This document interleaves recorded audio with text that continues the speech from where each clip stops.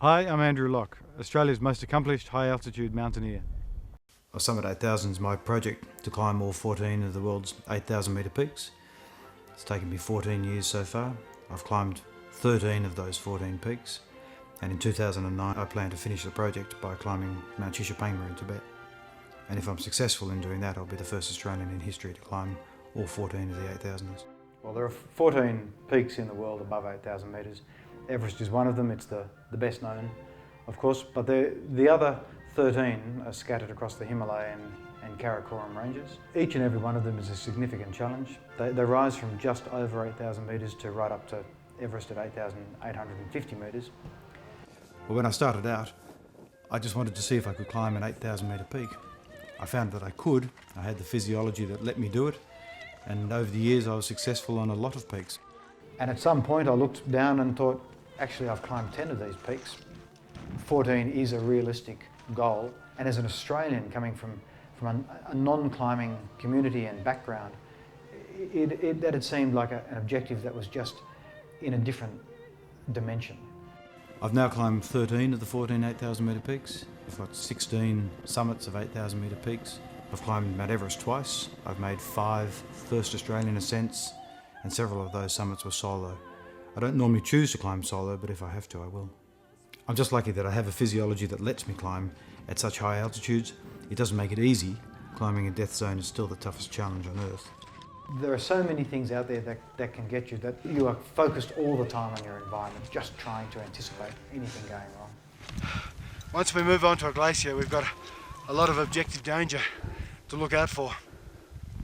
Crevasses are often covered over, and it's very easy to fall in, and generally when you fall into a crevasse, if you don't have a rope on, you're not going to survive that fall. Another very common objective danger is avalanches, and we never know when they're going to let go. It can happen at any time. It's legs and lungs at high altitude. You need stamina, endurance to just keep on going and pushing and pushing and pushing, and when every bit of you is burnt out, then you have to just keep on going after that, and not just for an hour or 2 hours, but for days and days. What happens at altitude is that you're trying to compensate for the lack of oxygen. So if there's 25% pressure up there, then you have to breathe 4 times as fast to try and compensate for that. For every few steps that you take as you gain height, say at 8,000 metres, you'll stop and puff and pant and heave for a few minutes.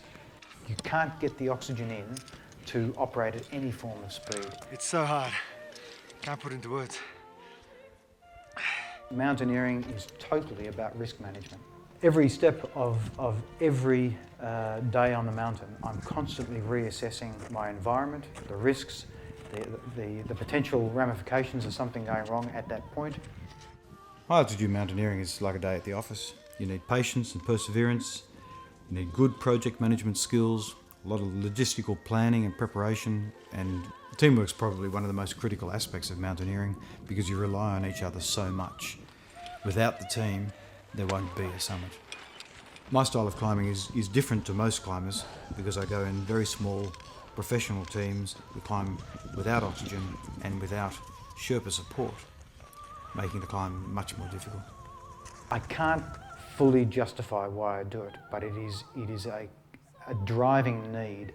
Facing your own fears, pushing yourself to the absolute extremes of your physical and mental endurance is a revealing experience. I'm on the summit of Makalu, 8,470 metres. It's one bloody tough climb, I can tell you. It goes on forever. The view from the top of the world is humbling. It's so big. You can see the curvature of the Earth. You can see for hundreds of kilometres. It's humbling, it makes you want to cry. I've had my fair share of accidents, I guess. I've certainly had crevasse falls, some frostbite. I've survived avalanches, and along the way I've lost a lot of my friends. But that's part of mountaineering. And finally I am within sight of finishing Summit 8000. It's a bloody long way. There's a lot of climbing. 2009 will see the final stage of Summit 8000 when I'll climb Mount Shishpangma in Tibet. That'll make me the first Australian in history to climb all 14 of the world's 8,000 metre peaks.